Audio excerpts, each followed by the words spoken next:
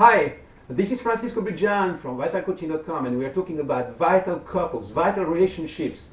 And the topic for this video is why couples fight and how to stop it in the future, how to stop fights. Okay, when we talk about fights, it has to do with power dynamics in the relationship. It has to do with control issues.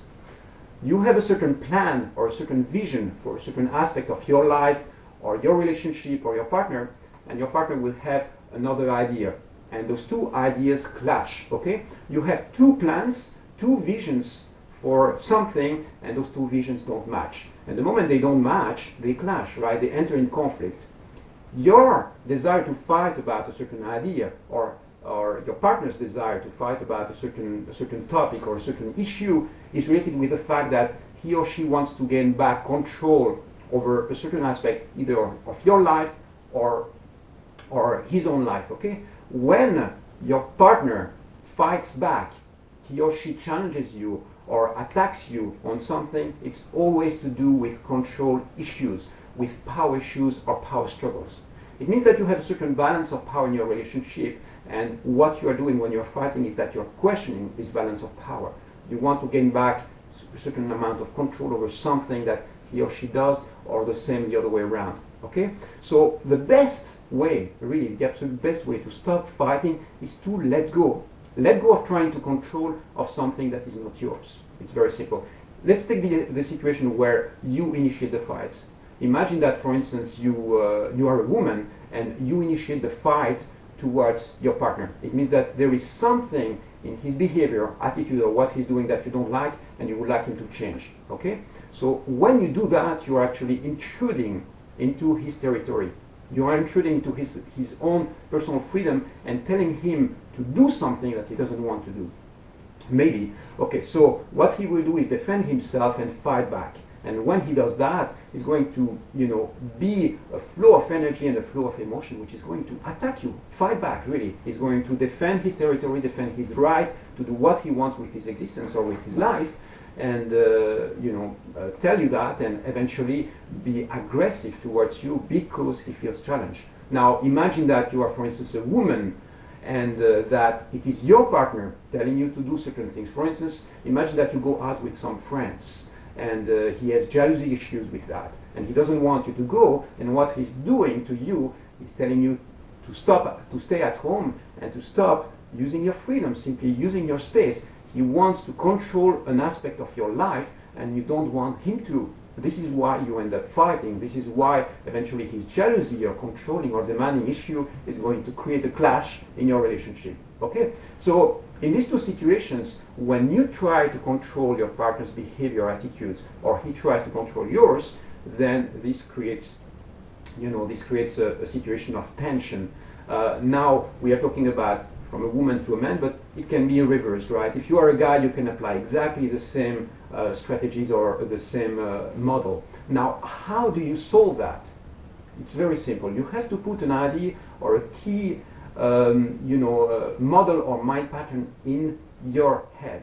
Really remember that and use it as a guideline. This key idea is very simple. You have the right to control what is yours. And what is yours is very simple. It's your time frame, it's your actions, it's your emotions, it's your thoughts, your feelings, and your personal space. Okay? These are your territory, and you are the one who is in charge of those areas or those places. It involves as well your career, your profession, your choices that you make on that level. All these belong to you.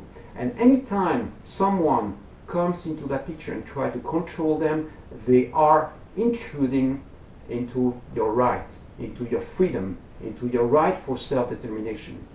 Once you realize that, once you understand how this basic human right works, then you stop abusing it, or you stop letting other people abuse it.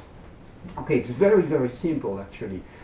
When you are born with the right to self-determination, and you are born with the right to control what is yours. Your thoughts, your emotions, your feelings, your actions, your beliefs, your personal space, what you do with your life is all belonging to you. So the next step that you have to take is very simple. If somebody is trying to intrude into that space and tell you what to do, you have to set up a boundary. Okay? How do you do that? You say something like, when I was born with the right to have control over my actions. The fact that I'm right now in a relationship with you doesn't mean that I give up that right. I want to stay in charge of my existence. I want to stay in charge of my actions, of my thoughts, of my beliefs, and I never gave you the right to have control over those. So I'm not saying that I want to break up with you. I'm not saying that I want to take distance from you, but I want you to respect my freedom. It's essential. If we don't agree on certain aspects of our relationship boundaries, for instance, having friends from the opposite sex, we can talk about that, we can redefine boundaries, but I don't want you to challenge me, I don't want you to attack me on my own freedom, okay?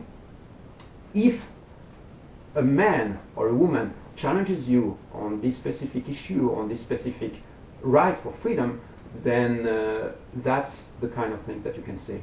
Now, what if your partner does something that you don't like? Imagine that, again, you are a woman and you have this partner and he's behaving in a way that you don't like. For instance, you know, it might be drinking, it might be having a behavior which is a bit self-destructive, or it might be certain aspects of his personality that you no longer like, that you no longer enjoy. What can you do about it? Again, you have to apply exactly the same rule. Consider that he was born with the right for self-determination. It means that his basic human right is to have control over his actions, thoughts, beliefs, and emotions. Okay? So when you try to control any aspect of his life, most of the times it's going to create clash, unless he gives you the right to have control over that. Okay?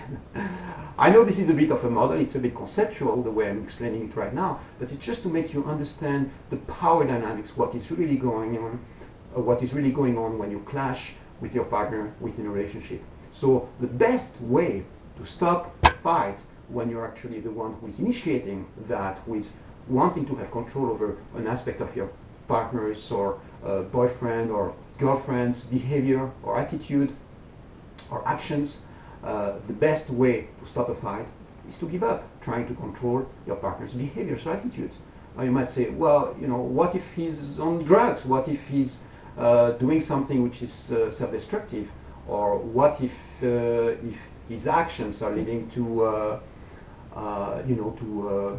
to cheating, for instance? Of course you have to put a boundary. Of course you have to say, okay, look, there is certain things that you are doing right now that are not okay within our relationship. And if this goes on, I don't think we can keep on being together. So right now, there is something that is not working for me, and eventually on the long term, if we want to stay together, there is a part of our relationship that needs to evolve to something, you know, to something different. So you can be very clear, you can be respectful and diplomatic, putting a boundary for yourself, but not going and saying, I want you to change that.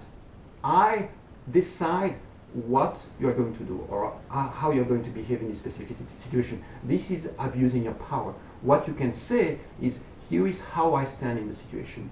If this goes on, I believe that we can no longer be together.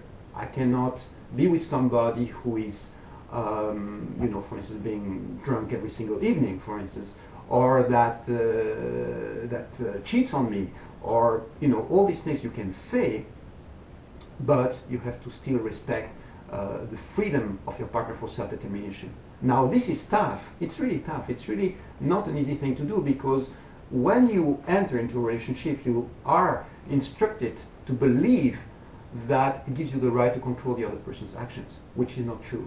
This is a big mistake. This is the moment where we get trapped into, you know, into controlling, demanding patterns which actually lead to fights. Okay? So here are two strategies to remember. If you are the one who is being challenged by your partner, and your partner wants to take over your life, then you have to set up boundaries. You have to tell them, you know, this is not the way it works. I maintain my freedom. I still have the right for self-determination, and I want you to respect that. Okay, that's the first thing. And the second thing is, if you are the one initiating fights, if you are the one who wants to control your partner's life, then you have to let go.